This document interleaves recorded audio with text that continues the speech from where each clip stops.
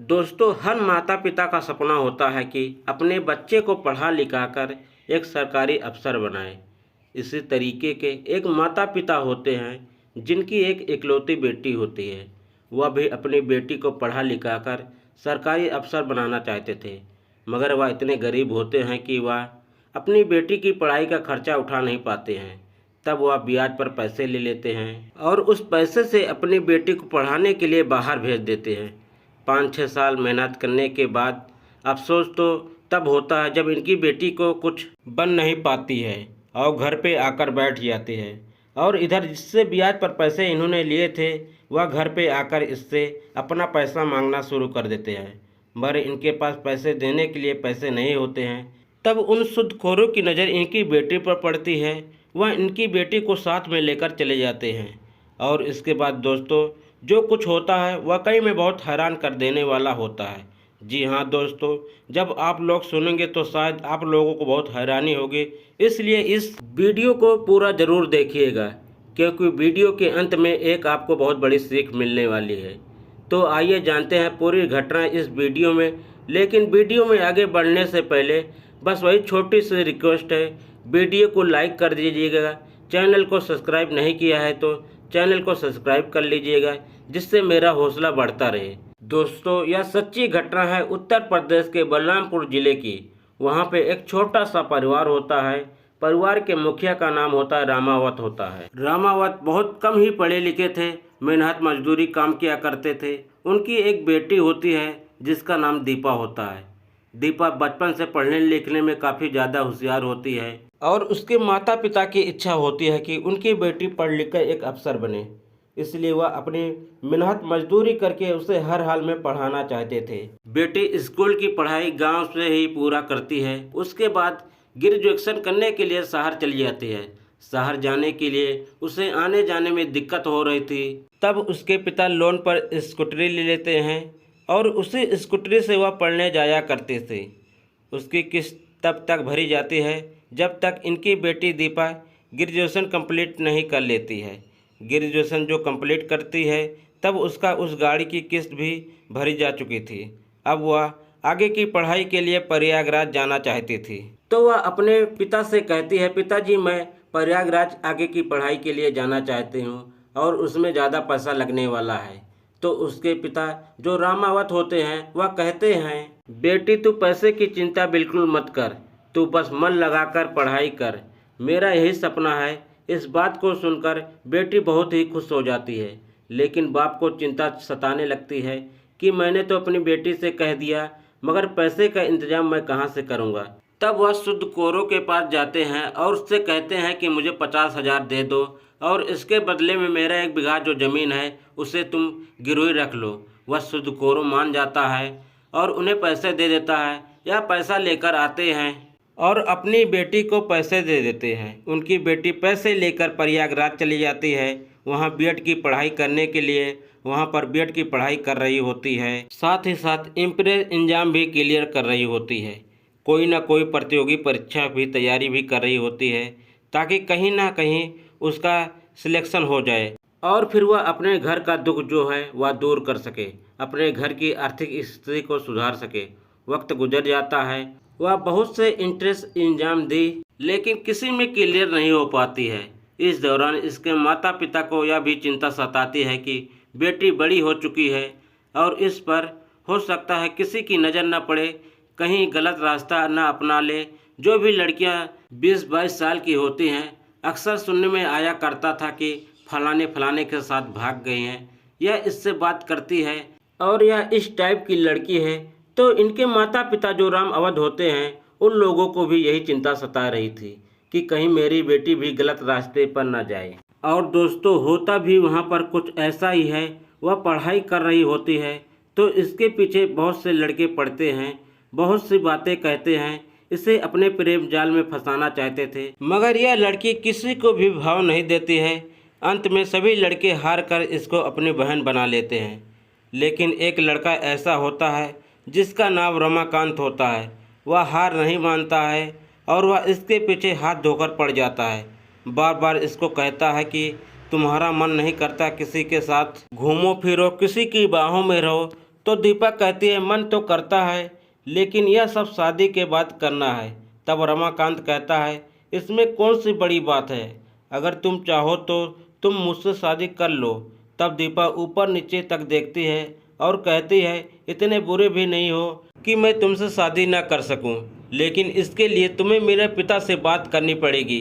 जब रमाकांत इतनी बातें सुनता है तो वह थोड़े समय शांत रह जाता है, लेकिन उसके बाद फिर से उस पर डोरी डालना शुरू कर देता है और अंत में हार कर वह फिर जो है अपने घर रिटर्न चला जाता है। और इधर जो यह तैयारी कर रही होती है, लेकिन सबसे दुख की बात यह होती है इतना मेहनत करने के बाद, इतना परिश्रम करने के बाद इसे कोई भी नौकरी नहीं मिलती है। और उसके माता पिता जो थे, जो दीपा के पास उसके माता पिता फ़ोन किया करते थे, वह हमेशा पूछा करते थे कि बेटी तेरी नौकरी कब लगेगी, कब तक तू पढ़ाई करेगी। वो इन सवालों से परेशान आ जाती है। तो एक दिन वह घर वापस आ जाती है कि घर पे चलूँगी तो अपने माता पिता को समझाऊंगी कि थोड़ा समय और दे दो, हो सकता है कहीं ना कहीं किस्मत ज़रूर साथ देगी। वह घर पे पहुंचती है।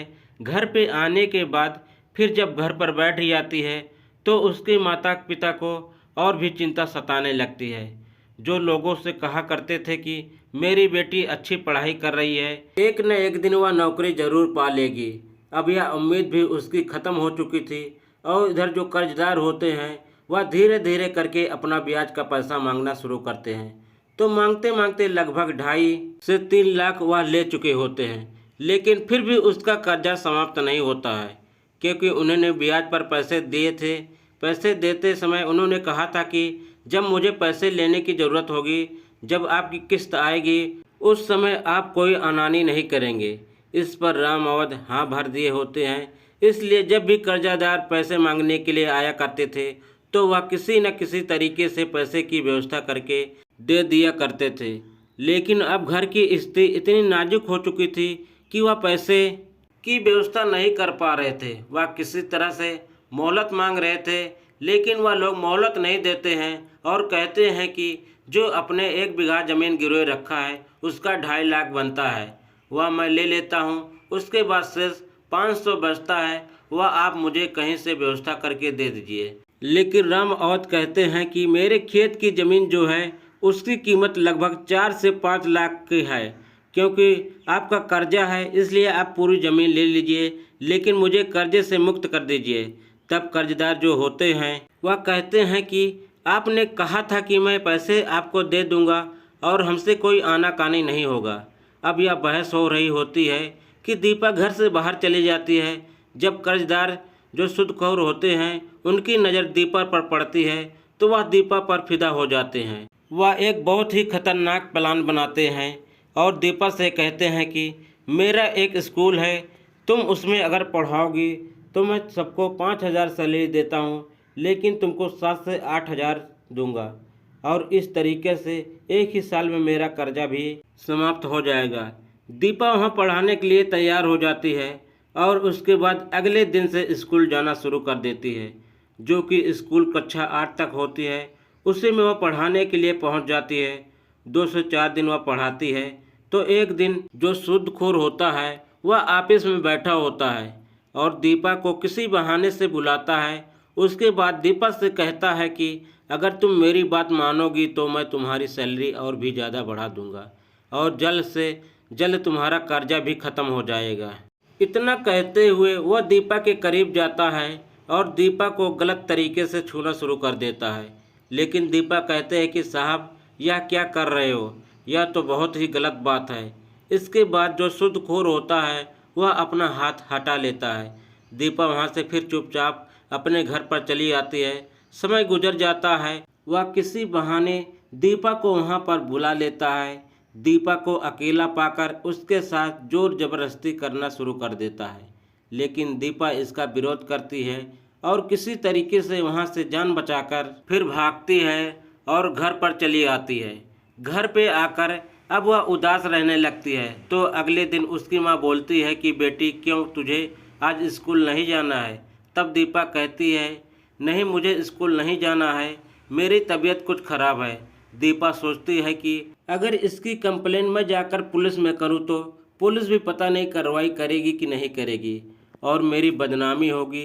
वह अलग मेरे माता पिता को जब पता चलेगा तो उन पर क्या बीतेगी। यही सोचकर दीपा कुछ भी नहीं कहती है। कुछ समय और गुजरता है। एक दिन वही रमाकांत घर का पता ढूंढते ढूंढते इसके घर पहुंच आता है तो इसके पिता से कहता है कि दीपा कहाँ है। इसके पिता रमाकांत पूछते हैं कि बेटा तुम कौन हो। तब रमाकांत कहता है कि मैं दीपा का क्लासमेट हूँ। जब दीपा प्रयागराज में पढ़ाई कर रही थी तो मैं भी उसी के साथ पढ़ रहा था। उससे कुछ बातचीत करनी थी। इस पर उसके पिताजी दीपा को बुला देते हैं। दीपा से रमाकांत बातचीत करने लगता है तो रमाकांत कहता है कि सबसे पहले तुम यह बताओ तुम्हारी शादी हुई है या नहीं। दीपा कहती अभी नहीं मेरी शादी हुई है। तो रमाकांत कहता है कि मैं इसलिए आया हूँ क्योंकि तुमने कहा था कि तुम मेरे माता पिता से बात करो और मैं जो एक साइड इंस्पेक्टर बन चुका हूँ, करीब 6 महीने में मेरी शादी कर दी जाएगी। मेरे माता पिता मेरी शादी के लिए लड़की तलाश कर रहे हैं। मैंने उन्हें बहुत ही समझाया, कहा कि एक लड़की मैंने देख रखी है, वह लड़की बहुत ही अच्छी है। अगर आप लोग चाहो तो उस लड़की से बात करें। वह लड़की अगर मेरी ज़िंदगी में आ जाती है तब तो ठीक है, अगर उसने मना कर दिया तो फिर आप लोग जहाँ चाहेंगे वहाँ पर शादी करने के लिए तैयार हूँ। इस पर जो रमाकांत के पिता होते हैं वह बात मान जाते हैं। अपने माता पिता को मनाकर रमाकांत फिर दीपा के घर पहुँचता है और दीपा से यह सारी बातें कहता है। दीपा कहती है ठीक है, मैं तुमसे शादी करने के लिए तैयार हूँ, लेकिन मेरे पिता से पहले बात कर लो। तब रमाकांत उसके पिता से बात करता है। उसके पिता बहुत खुश हो जाते हैं और दोनों की शादी के लिए मान जाते हैं। कुछ महीनों के बाद इन दोनों की शादी हो जाती है। उसके बाद दीपा विदा होकर अपने ससुराल चली जाती है और वहाँ पर फिर वह अच्छे तरीके से अपनी ज़िंदगी, अपना जीवन व्यतीत करना शुरू कर देती है। उसके बाद लड़का पैदा होता है, लेकिन दीपा अपनी पढ़ाई नहीं छोड़ती है। वह आगे की पढ़ाई कर रही होती है और अभी वह मेहनत कर रही है ताकि कोई ना कोई अच्छा मुकाम हासिल कर सके। दोस्तों, यह रही कहानी। आपको कहानी कैसी लगी? आपकी जो भी राय हो आप हमें कमेंट बॉक्स में लिखकर ज़रूर बताइएगा। चलिए फिर मिलते हैं नेक्स्ट वीडियो में। तब तक के लिए जय हिंद, वंदे मातरम।